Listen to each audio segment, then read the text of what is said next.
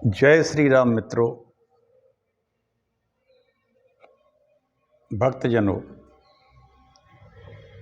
ब्रह्म पुराण की कथा में टीकमगढ़ मध्य प्रदेश से राजेंद्र मिश्रा कह रहा हूँ। आज ब्रह्म पुराण की कथा आगे बढ़ती है और आज कथा को आगे कहता हूँ। पहले मंगलाचरण करता हूँ छोटा सा, उसके बाद कथा। ये ब्रह्म पुराण आप लोग सुनते हैं तो इसको सब्सक्राइब ज़रूर करिए और लोगों को भी इससे जोड़िए, क्योंकि ये ब्रह्म पुराण अपने 18 पुराण रत्नों में से प्रथम नंबर पर आता है। ये भगवान श्री हरि का शीर्ष कहलाता है, सिर कहलाता है। बहुत अच्छा है ब्रह्म पुराण। बड़ी सुंदर सुंदर कथाएं हैं। ब्रह्मा जी द्वारा कही हुई कथाओं को लोमहर्षण जी कह रहे हैं। 12 वर्ष का एक बड़ा ज्ञान यज्ञ चल रहा है नैमिषारण्य तीर्थ में। लोमहर्षण जी करीब 90,000 से ज़्यादा ऋषियों के बीच में बैठ के ये कथा कह रहे हैं। कथा तो कही है ब्रह्मदेव ने, ब्रह्मा जी ने, उसी को सुना रहे हैं लोमहर्षण जी। चलिए तो हम सब मिलके मानसिक तौर पर नैमिषारण्य तीर्थ चलें, उस युग में जब ये कथा हो रही थी। जय श्री राम मित्रों। नमोस्तु रामाय सा लक्ष्मणाय देव्यै च तस्यै जनकात्मजाय। नमोस्तु रुद्रेन्द्रयमानिलेभ्यो नमोस्तु चंद्राग्निमरुद्गणेभ्यः। नारायणं नमस्कृत्य नरं चैव नरोत्तमं देवीं सरस्वतीं व्यासं ततो जयमुदीरयेत्। व्यापक ब्रह्म निरंजन, व्यापक ब्रह्म निरंजन, निर्गुण विगत विनोद, सो अज प्रेम भगति बस, कौशल्या कई गोद। राम ब्रह्म परमारथ रूपा, अविगत अलख अनादि अनूपा। व्यापक व्याप्य अखंड अनंता,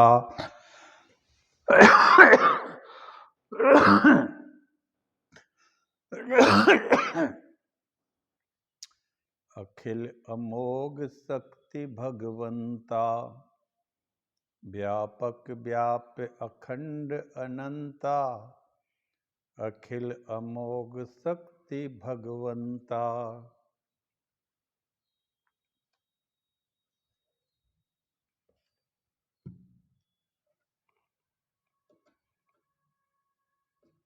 ब्रह्मा जी कहते हैं नारद जी से, नारद जी, एक परशुनी नामक तीर्थ है, एक बार इसकी कथा सुनो। अत्रि ने एक बार ब्रह्मा, विष्णु और महादेव, इनकी बड़ी उग्र तपस्या की आराधना की। वे लोग प्रसन्न हो गए। उन्होंने कहा, आप हमसे जो चाहो मांग सकते हो, मांग लीजिए। अत्रि ने कहा, आप तीनों मेरे पुत्र के रूप में प्रकट हो और साथ में एक कन्या भी चाहिए। तब वे तीनों ने उनके यहाँ जन्म लिया और आत्रेयी नाम की कन्या हुई। अत्रि ऋषि के यहाँ आत्रेयी नाम की कन्या हुई और ब्रह्मा, विष्णु और महेश अपने 3 अंशों से इनके यहाँ जन्म लिया उन्होंने, जो दत्तात्रेय, सोम और दुर्वासा के नाम से विख्यात। एक अंगिरा नाम के ब्राह्मण थे, उनसे उन्होंने अपनी कन्या आत्रेयी का विवाह कर दिया। विवाह तो हो गया। आत्रेयी अपने पति अंगिरा जी को बड़ा प्रेम करती थी, लेकिन अंगिरा जो है, क्योंकि ये इनमें अग्नि का आवेश ज्यादा था, इसलिए सदैव वो आत्रेय से कठोर वचन कहते रहते थे। हर बात पर वो सेवा करती, अनुसार भी चलती, लेकिन फिर भी कुछ लोगों की ऐसी आदत रहती है कि वो अकारण ही गुस्सा रहते हैं किसी से। आज भी देखा जाता है, घरों में देखा जाता है, पड़ोसियों में देखा जाता है, जिले में देखा जाता है, फिर प्रांत में देखा जाता है और राष्ट्र में देखा जाता है कि कुछ लोगों को कुछ लोगों से अकारण ही द्वेष रहता है और गलत बोलते रहते हैं। और हमारे राजनीति में तो ये विशेष है कि यहाँ विपक्षी कितना ही अच्छा क्यों ना हो, उसके कुछ ना कुछ दोषों को निकाल के कहा जाता है कि ये फलां ऐसा ऐसा है, आप ज़्यादा बात मत करो, उसके बारे में मैं सब जानता हूँ, जैसे वो सभी जानते हो। तो इस तरह से अंगिरा जी हमेशा अपने उग्र तेज की वजह से सदैव आत्रेयी से गुस्से वाला व्यवहार करते थे, उससे आत्रेयी बड़ी दुखी रहती थी। एक तो कारण ये था। दूसरा, इनके पुत्र हुए।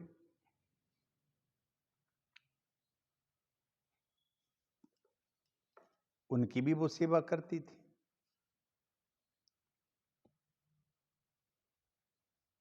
अब आत्रेयी के गर्भ से एक महापराक्रमी आंगिरस नाम के पुत्र भी हुए। वो पिता को शांत करते रहते थे। एक दिन आत्रेयी ने अग्निदेव से कहा कि अंगिरा जी हमें कष्ट देते हैं, अतः आप उनसे कह दीजिए कि आप अपनी पत्नी के प्रति एक सामान्य और साधारण भाव अच्छा रखें। तो अग्निदेव बोले, जब वो अग्नि, क्या है कि अंगिरा जी अक्सर अग्नि में बैठ के तपस्या करते थे, क्योंकि अग्नि से ही उनका जन्म हुआ था। अंगारों से पैदा हुए थे, इसलिए उनका नाम अंगिरा हो गया था। तो उन्होंने कहा कि आप उनको शीतल कर दें जल बन के। आत्रेयी से कहा कि तुम खुद में एक योग सिद्धनी हो, तो तुम इनको अग्नि जिस समय उसमें प्रवेश करे अग्नि में, तुम उनको जल रूप में शांत कर देना, क्योंकि जल जो है वो अग्नि को शांत कर देता है। अग्नि ने पहले तो कहा कि मैं ऐसा नहीं करूंगी, लेकिन जब उन्होंने कहा कि नहीं, करना है, करना ही चाहिए, क्योंकि पुत्र प्राप्त जब हो जाता है स्त्री से, तो फिर स्त्री पत्नी नहीं रह जाती है, भोजन कराती है, भार्या बन जाती है और सभी गुणों की खान रहती है, इसलिए कलाओं के कारण कलत्र भी उसको कहते हैं। तो ऐसा अग्निदेव सिंह ने जब उनसे कहा, तब जैसे ही उन्होंने अग्नि में प्रवेश किया, तैसे ही जल बनकर आत्रेयी ने उन्हें आप्लावित कर दिया और वे दोनों पति पत्नी गंगा जी से जा मिले। उस समय दोनों के स्वरूप शांत थे, जैसे लक्ष्मी के साथ विष्णु, उमा के साथ शंकर, रोहिणी के साथ चंद्रमा रहते हैं, ऐसे ही दोनों अंगिरा और आत्रेयी मिल गए और फिर उन्होंने कभी आत्रेयी से कटु शब्द नहीं कहे। इस तरह ये आत्रेयी तीर्थ या परशुनी तीर्थ कहलाता है। अब इसके आगे एक नरसिंह तीर्थ भी है, विश्वविख्यात कहानी है इसकी। पूर्व काल में हिरण्यकशिपु और हिरण्याक्ष दो भाई थे, दिति के पुत्र थे। हिरण्याक्ष तो बराह रूप भगवान विष्णु के हाथों मारा गया। हिरण्यकशिपु नामक दैत्य जो हुआ, वह बड़ा बलवान था, उसने देवताओं को परास्त भी कर दिया था। उसका एक पुत्र था जो भगवान का परम भक्त था, प्रहलाद। उस समय भगवान अपनी विश्व रूपता का परिचय देते हुए सभा मंडप में खंबे से नरसिंह रूप में प्रकट हुए और उस दैत्य का वध करके उन्होंने उसकी सारी सेना को भी मार डाला। युद्ध में समस्त दैत्यों का संहार भी किया। उसके बाद रसातल में जाके दैत्यों को मारा उसके बाद पृथ्वी पर और स्वर्ग में जितने भी दैत्य निवास करते थे नाना रूपों पर, उन सबको मार दिया। आकाश, वायु, ज्योतिर्मय लोक में पहुंचे हुए दैत्य को भी जीवित नहीं छोड़ा। नरसिंह देव, भगवान नरसिंह ने संपूर्ण दैत्यों का विनाश किया, राक्षसों का। उनके नख वज्रपात के समान कठोर थे, गर्दन, मुख पर बड़े बड़े बाल थे, सिंह जैसा सिर था और उनकी गर्जना बड़ी भयानक थी। एक दिन दैत्यों का संहार करके भगवान नरसिंह गौतमी के तट पर गए। उन्हीं के चरण कमलों से निकली हुई और मन को, नेत्रों को आनंद देने वाली गौतमी गंगा थी। वहां दंडकारण्य का स्वामी एक दैत्य रहता था, उसका नाम था आम्बरीय। देवताओं के लिए दुर्जय था, उसके साथ बहुत से बड़ी सेना भी थी। उन सबको नरसिंह ने, उन दैत्यों का सभी को मार डाला। श्री हरि ने गोदावरी के उत्तर तट पर अपने शत्रुओं का संहार कर दिया। वह स्थान तीनों लोकों में नारसिंह तीर्थ के नाम से विख्यात हो गया। उस तीर्थ में मनुष्य भगवान नरसिंह का पूजन करते हैं और संपूर्ण फल प्राप्त करते हैं। इसके बाद एक है पैशाच नाशन तीर्थ। इसकी बड़ी कथा बड़ी अद्भुत है। एक ब्राह्मण जो थे वो पिशाची योनि में थे। स्वयग के पुत्र अजीगर्त एक विख्यात ब्राह्मण थे। एक समय अकाल पड़ने पर कुटुंब पालन के भार से दुखी होकर उन्होंने अपने मझले पुत्र सुनहसेफ को वध करने के लिए क्षत्रियों के हाथ बेच दिया। उसके बदले में अजीगर्त को बहुत धन मिल गया। सुनहसेफ ब्रह्मवेत्ताओं में श्रेष्ठ था। ऐसे पुत्र को भी अजीगर्त ने धन के लोभ में बेच डाला। सत्य कहा, आपत्ति पड़ने पर विद्वान पुरुष भी कौन सा पाप नहीं करता। सब विद्वता एक तरफ रखी धरी रह जाती है और विद्वान पुरुष भी महापापी बन जाते हैं। बताओ, अजीगर्त को क्या है? बड़े को एक चाहता था, छोटे को एक चाहती थी माँ। मझले पुत्र को सुनहसेफ को बेच दिया। वो बड़ा भारी विद्वान था, उसने कुछ नहीं कहा। उनको विश्वामित्र ने छुड़वा लिया था पैसे देकर या उनके प्रभाव से, लेकिन अजीगर्त ने तो बेच ही डाला था। इसी से अजीगर्त की इस मृत्यु हुई और वे नरक में डले और पिशाच बन गए। एक दिन अजीगर्त का मझला पुत्र सुनहसेफ मार्ग में कहीं जा रहा था। रोते हुए पिशाच की कातर वाणी सुनी और पूछा कि तुम कौन हो भाई? अजीगर्त ने बड़े दुख से कहा, मैं सुनहसेफ नाम के बालक का पिता हूँ। भारी पाप कर्म करने से भयानक प्रेत योनि में पड़ा हूँ। पहले तो बारंबार नरक में यातनाएं सहता रहा, अब प्रेत योनि को प्राप्त हो गया। यह सुनकर अजीगर्त के पुत्र को दुख हुआ। उसने कहा, पिताजी, मैं ही आपका पुत्र सुनहसेफ हूँ। मेरे दोस्त से आपकी यह दशा हुई, मुझे बेचने के कारण आपको इस प्रकार नरकों में आना पड़ा।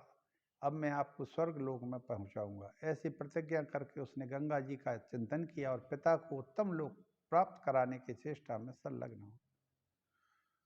जो संपूर्ण दुख रूपी अग्नि से संतप्त और मोह के सागर में डूब रहे उन देहधारियों के लिए गंगा जी को छोड़कर तीनों लोकों में दूसरा कोई सहारा नहीं है। ऐसा निश्चय करके पिता की दुर्गति का उद्धार करने की कामना लेकर सुनहसेफ पवित्र भाव से गौतमी गंगा के तट पर गया और वहां स्नान करके भगवान विष्णु और शिव का स्मरण करते हुए प्रेत रूपी दुखी पिता को जल दिया। जलांजलि देते ही अजीगर्त ने पवित्र होकर परम पुण्य में दिव्य शरीर धारण कर लिया और विमान पर बैठकर देव समुदाय से सेवित वैकुंठ धाम को चला गया।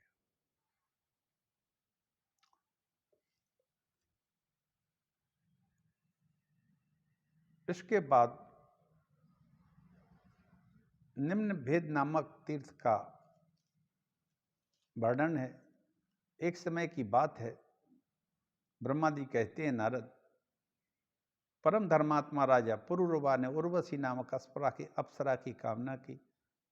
उर्वशी आ गई। उसके मादक शरीर और नेत्रों वाली कामनी को देखकर राजा आकर्षित हो गए बहुत। और आज भी मादकता दिखा दिखा के फिल्म वाले और ना जाने कैसे कैसे दृश्य महिलाओं के दिखाते हैं, जिससे समाज भी उसी ओर जा रहा है। वास्तव में कथा ये सब समाज के लिए ही कही गई। मादक नेत्रों वाली कामनी को देखकर भला कौन पुरुष मोह में नहीं पड़ता है। फिर उर्वशी का तो कहना ही क्या था। तो उसने ये शर्त मानी कि हम आपको कभी नग्न ना देखें, तभी तक मैं आपके पास रहूंगी। एक दिन उर्वशी ने वहां एक दो गाड़र के बच्चे थे, उनको लेकर के कुछ गंधर्व जा रहे थे। वो इसी के थे, उर्वशी ने दिए थे कि इसको रखना अपने पास, ये खो ना जाए। राजा उस समय नग्न था और वो नग्न ही उठा और बच्चों को, गाड़र के बच्चों को देखने के लिए उर्वशी ने उसको नंगा देखा, नग्न देख लिया पुरुरवा को, और वो अपनी शर्त के अनुसार पुरुरवा को छोड़कर स्वर्गलोक को चली गई। उसके जाने के बाद पुरुरवा जैसा राजा, पुरुरवा कोई साधारण राजा नहीं था, बड़ा पराक्रमी था, वीर था, बड़ा विशाल साम्राज्य था, लेकिन एक स्त्री से वो हार गया और वो बड़ा दुखी रहने लगा। दीवाना आप हो गया, दीवाना। दीवाना पहले एक फिल्म बनी थी, दीवाना। तो वो दीवाना हो गया। तब उसके पुरोहितों ने समझाया कि तुम इतने मृतक की जैसे नहीं बनो, स्त्रियों का हृदय बड़ा कठोर होता है, तुम शोक ना करो महाराज। जिस औरत में वंचना, क्रूरता, चंचलता और दुष्चरित्रता हो, उस स्त्री से दूर ही रहना चाहिए। दुष्चरित्र होगी तो उससे तो मृत्यु भली, चंचलता होगी उसकी तो मृत्यु भली, क्रूरता होगी तो जीवन कैसे चलेगा। वो बात नहीं मानेगी कभी भी, वंचना होगी तो जीवन कैसे चलेगा। ये सब उनने कहा मंत्रियों ने, और यह कहा कि सब कुछ छोड़कर तुम भगवान शंकर और विष्णु तथा गोदावरी नदी को छोड़कर तीनों लोकों में ऐसा दूसरा कोई नहीं जो दुखों की शरण, दो दुखियों को शरण दे सके। इसलिए शिव, विष्णु, ब्रह्मा, सूर्य, गंगा, अन्यान्य देवताओं की आराधना करिए। जो विपत्ति पड़ने पर तीर्थों और देवताओं का सेवन नहीं करता, वह काल के बस में पड़ा हुआ जीव किस दिशा को प्राप्त होगा। इसलिए पुरुरवा एकमात्र भगवान की शरण में उत्सुकता पूर्वक गौतमी का सेवन कर लगे। वहां पूर्णिमा की रात को उर्वशी आती है। यह वेद द्वीप कहलाता है, यज्ञ द्वीप भी कहलाता है। वहां पुरुरवा को शांति मिल गई थी।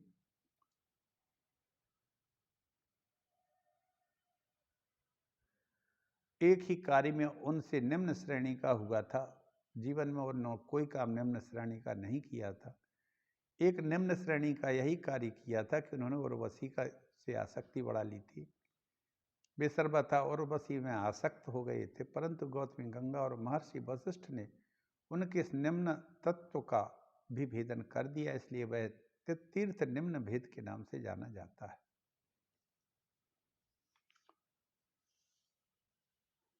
इसके आगे शंख हृद नामक तीर्थ है। वहां शंख और गदा धारण करने वाले भगवान विष्णु का निवास है।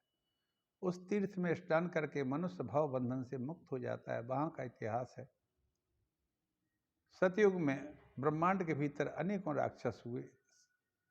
वे बलूनमत्त राक्षस हाथ में आयुध धारण करके ब्रह्मा जी बोले मुझे खाने के निमित्त आए। उस समय मैंने अपनी रक्षा के लिए विष्णु को पुकारा। उन्होंने अपने चक्र से राक्षसों का संहार करके पाताल को निष्कंटक और स्वर्ग को शत्रुहीन बना दिया। श्री विष्णु के शंख के प्रभाव से जिस स्थान पर यह घटना हुई वह शंख तीर्थ कहलाया। जो इसको सेवन करता है, संग तीर्थ में जाके स्नान ध्यान करता है, वह मंगलदायक आयु आरोग्यजनक लक्ष्मी पुत्र की वृद्धि करने वाला है। उसके महात्म्य के कारण अथवा पाठ मात्र से मनुष्य समस्त अभिलषित वस्तुओं को प्राप्त कर लेता है।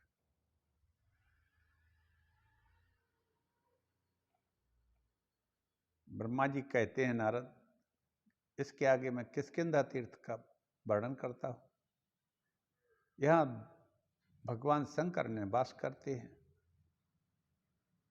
एक बार राम जी ने, दशरथ नंदन राम ने किष्किंधा निवासी वानरों को साथ लेकर जब समस्त लोगों को रुलाने वाले रावण को युद्ध में सेना सहित पुत्रों सहित मार डाला, तब सीता को पुनः प्राप्त करके अपने भाई लक्ष्मण, महाबली वानर, बलवान विभीषण और देवताओं के साथ वे स्वस्ति वाचन पूर्वक पुष्पक विमान से अयोध्या की ओर लौटे।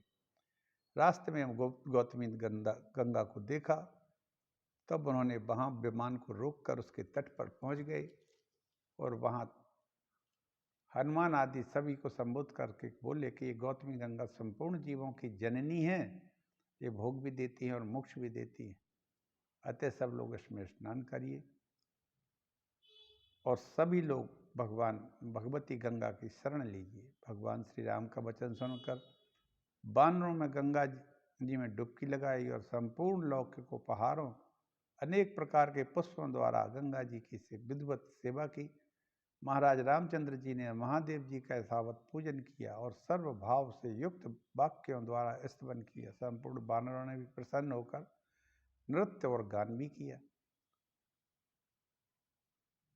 सवेरे उठकर गोदावरी देवी की स्तुति की, भृत्यों का सम्मान करके जब जाने लगे तो विभीषण ने कहा कि इस तीर्थ में रहने से अभी तृप्ति नहीं हुई भगवान, 4 रात और ठहरे, फिर चलेंगे। वहां महादेव जी सिद्धेश्वर के नाम से प्रसिद्ध हैं। उन्हीं के प्रभाव से रावण अत्यंत प्रबल हो गया था। श्री राम ने अपने संपूर्ण सहायकों के साथ शिवलिंगों को मस्तक झुकाया।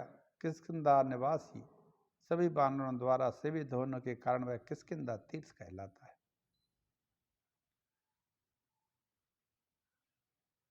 इसके बाद व्यास तीर्थ का है और प्राचीन तीर्थ है, उनका महात्मा बतलाता है।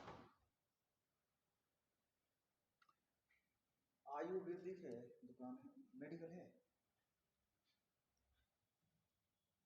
आज मैं अपनी कथा को यहीं विश्राम देता हूं मित्रों। कल मैं फिर कहूंगा। जय श्री राम। भगवान सबका भला करे। वंदे मातरम।